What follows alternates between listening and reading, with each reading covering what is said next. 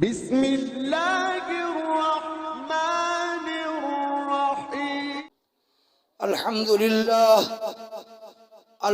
للہ وکفا وسلام علی عباده الذین اصطفى اما بعد اللهم صل على محمد عبدك ورسولك وصل على المؤمنين والمؤمنات والمسلمين والمسلمات وعن ابي هريره رضي الله تعالى عنه قال قال رسول الله صلى الله عليه وسلم اهل الجنة جرد مرد كهلا لا يفنى شبابهم ولا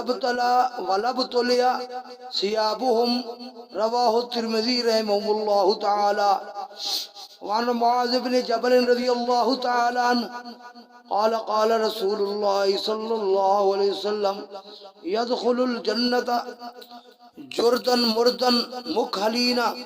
ابناء 30 او 33 رواه الترمذي رحمه الله تعالى. سیدنا حضرت ابو ہریرہ رضی اللہ تعالیٰ عنہ سے مروی ہے کہ سرور عالم صلی اللہ علیہ وآلہ وسلم نے ارشاد فرمایا جنتی لوگ جردن ایسے جسم والے ہوں گے ان کے جسموں پر کوئی بال نہیں ہوں گے، مردن ان کی داڑیاں بھی نہیں ہوں گی، اور کوہلا سرما لگائے ہوئے ہوں گے، لا یفنا شبابہم ان کی جوانیاں فنا نہیں کی جائیں گی، ہمیشہ جوان رہیں گے، ولب طلیا ثیابہم اور ان کے کپڑے پرانے بھی نہیں ہوں گے.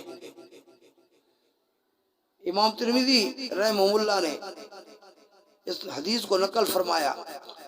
ولب طلیا ثیابہم ان کے کپڑے بسیدہ نہیں ہوں گے. حضرت معاذ بن جبل رضی اللہ تعالیٰ سے مروی ہے سرور عالم صلی اللہ علیہ وسلم نے فرمایا کہ جنتی جنت میں داخل کیے جائیں گے جردن اس حال میں کہ ان کے جسموں پر بال نہیں ہوں گے، مردن داڑیاں نہیں ہوں گی، مکحلینا سرما پہنائے ہوئے ہوں گے آنکھوں میں، اور ان کی عمر کتنی ہوگی؟ ابناؤ 30 سال فرمایا یا 33 سال ان کی عمر ہوگی. امام ترمذی رحمہ اللہ نے اس حدیث کو نقل کیا. 33 سال والی روایت وہ زیادہ قریب الی الصواب ہے، اقرب الی الصواب ہے، کیونکہ ہمیشہ جوان رہیں گے اور عین جوانی ان کو ہوگی، اور جوانی کا عین جو ہے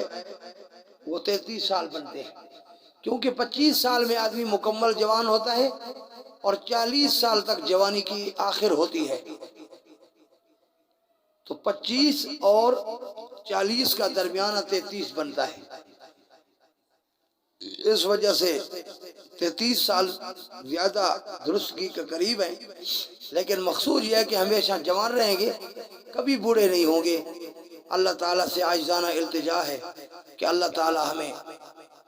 جنت نصیب فرمائے اور جہنم سے بچائے. وآخر دعوانا الحمدللہ رب العالمین. كالذي نزل الفرقان على عبده ليكون للعالمين نذيرا